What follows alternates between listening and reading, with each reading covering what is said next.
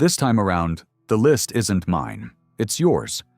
Based on your recommendations, it turned into a really solid winter watch list. There's a lot of horror here, a few dark comedies, and even one film that's technically for kids. And before we get started, Happy Christmas and thanks for being here throughout the year. We're starting the list with The Wolf of Snow Hollow, a horror comedy from 2020. Set in a quiet, snow-covered town, the story follows a series of violent incidents that some locals are convinced can only be the work of a real werewolf. The local police aren't nearly as certain, and their mixed reactions set the tone early on. The film wins you over with its offbeat charm and the promise of a classic monster story. And like any movie about murders in a snowy town policed by idiots, it may bring Fargo to mind at times, but it never relies on that comparison. We're moving on to The Ghostkeeper, a low-budget Canadian horror film I hadn't seen before working on this list, and one I'd now recommend as well. The story is set on New Year's Eve. A group of friends on a snowmobiling trip in the Canadian Rockies get lost during a snowstorm and take shelter in a remote, isolated ski lodge. An elderly woman lives there with her son, and it soon becomes clear they're guarding something dangerous in the basement. A captive Wendigo that needs to be fed. Yes, while watching, you might notice the acting is uneven, which comes with the territory for an early 80s low-budget horror, but the mood does most of the heavy lifting. Silent Night, Bloody Night is a Christmas Eve slasher that came out well before the genre really took shape. I mentioned this one in a recent list, and I'm glad to bring it up again here. It's a film that often gets overlooked. The story revolves around an old mansion tied to the Butler family. Years earlier, Wilfred Butler was believed to have died in a fire, but when people arrive to deal with the property, a series of violent murders begins.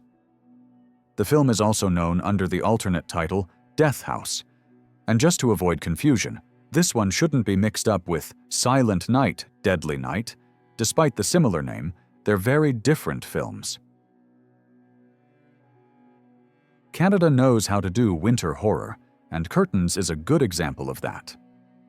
Set during the slasher-heavy 1980s, the film follows a group of actresses who arrive at a remote mansion to audition for the lead role in a new movie by a prestigious but sleazy director. Their isolation is made worse when an uninvited former actress shows up after escaping from an asylum. A masked killer wearing a crude hag mask is also present in the house and begins murdering the performers one by one. With snow and ice surrounding the mansion, there's no real way to escape. Black Christmas is a true genre classic. Set during the Christmas period, the film follows a group of sorority sisters who begin receiving disturbing phone calls and soon find themselves stalked by a serial killer. Despite what the title might suggest, this isn't campy holiday horror. The film takes itself seriously and succeeds because of it, pairing brutal death scenes with surprisingly direct social commentary. And a quick recommendation: be sure to avoid the 2006 remake, and especially the 2019 reimagining. The Day of the Beast is a dark horror comedy from 1995, directed by Alex de la Iglesia. The story follows a priest who becomes convinced he has cracked a hidden message in the Book of Revelation. The Antichrist will be born on December 25, 1995, in Madrid. Determined to stop it, he teams up with José María, a young death metal fan, and later with Professor Cavan, the host of an occult TV show. Together, they search the city for the exact place where the birth is supposed to happen, and their investigation spirals into increasingly strange territory, including a bizarre attempt to invoke the devil. 2015 gave us a surprisingly good Christmas movie, Krampus. Drawing on Austro-Bavarian folklore, the film centers on Krampus, the dark opposite of Santa Claus, who comes for a constantly bickering family and tries to teach them a harsh lesson about the true meaning of Christmas. Here, holiday judgment is very literal, and it can get deadly. Another film rooted in mythology, but this time Finnish, is Rare Exports, A Christmas Tale. A mining company begins blasting a mountain where, according to legend, Santa Claus is said to live. It turns out he's not there by choice. He's been imprisoned inside the mountain like a demon, and the explosions are about to wake him up. Or at least something connected to him. His helpers, strange elf-like creatures, have already started roaming the surrounding area, and it quickly becomes clear that Christmas folklore here is anything but friendly. Violent Night is one of the more solid Christmas action movies of recent years. Pure adrenaline, dark humor, and an unexpectedly sincere thread about believing in miracles. Here, Santa is clearly burned out and questioning the point of what he's doing. While delivering presents on Christmas Eve, he ends up at a wealthy family's estate, just as the house is taken over by a group of mercenaries. The film plays like an R-rated mix of Home Alone and Die Hard. The fight choreography comes from the team behind John Wick and Nobody, so the action feels sharp and surprisingly inventive. Back to a classic, The Nightmare Before Christmas. The story centers on Jack Skellington, the Pumpkin King of Halloween Town, who has grown tired of repeating the same routines year after year. While wandering beyond his world, he discovers Christmas Town and becomes fascinated by its warmth and spirit. Inspired, Jack decides to bring Christmas back with him to Halloween Town, convinced the two holidays can be combined. It's one of those rare movies that works just as well in October as it does in December. And honestly, any time in between. Bad Santa looks at the Christmas season from a very different angle. The film follows Willie, an alcoholic mall Santa who uses his seasonal job as a cover to rob department stores with his partner. By day, he plays Santa for kids. By night, he plans the next theft, showing very little interest in Christmas spirit or good behavior. There's no focus here on family, kindness, or goodwill.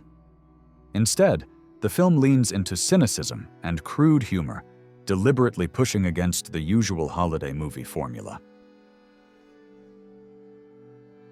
Here we have a good reason to bring up two films at once, Gremlins and Gremlins 2, The New Batch. The original Gremlins follows a small town thrown into chaos after a cute but dangerous creature multiplies and turns into violent monsters, right in the middle of the Christmas season. The New Batch takes the idea to New York and throws out any remaining restraint. The Gremlins overrun a high-tech office building, mutating into all kinds of exaggerated versions of themselves. Director Joe Dante turns the sequel into a parody of the first film, and sequels in general, pushing everything into full cartoon mode. No Exit was new to me, and judging by how few ratings it has, I'm probably not the only one who missed it. It's a straightforward thriller with an interesting setup and a mystery to solve. The story follows Darby Thorne, a recovering addict who gets stranded at a remote rest stop during a blizzard with several other travelers. While waiting for the storm to pass, Darby finds a child locked inside one of the parked cars.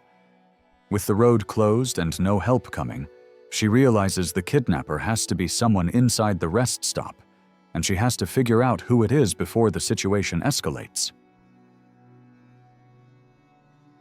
Night of the Comet is a sci-fi comedy horror set just days before Christmas, after a comet wipes out most life on Earth.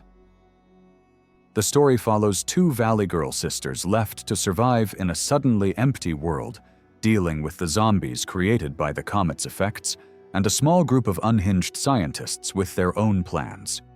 While it's technically a Christmas-adjacent film, it avoids most holiday imagery. There's no snow, and the action takes place in Southern California. Instead, the Christmas connection comes through its satire of 1980s consumer culture, which fits the season in its own way.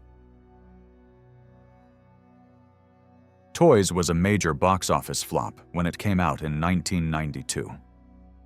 The film is set inside a strange, oversized toy factory filled with old-fashioned playthings. Robin Williams plays Leslie Zevo, a gentle and eccentric toy maker whose world is thrown off balance when the factory is taken over by his uncle, a rigid military general played by Michael Gambon. He plans to turn the place into a testing ground for new forms of warfare. Leslie and his equally eccentric family, including Joan Cusack as his robotic sister Alsatia, are the only ones standing in his way, leading to a surreal final confrontation involving an army of wind-up toys. I wouldn't recommend toys to everyone, but if you enjoy strange cinema, this is a great, funny, and surprisingly poignant movie, packed with creative sets. And Joan Cusack is fantastic. And finally, a true classic. The Thing. There aren't many settings in horror as cold and isolated as an Antarctic research station, and the film uses that to full effect.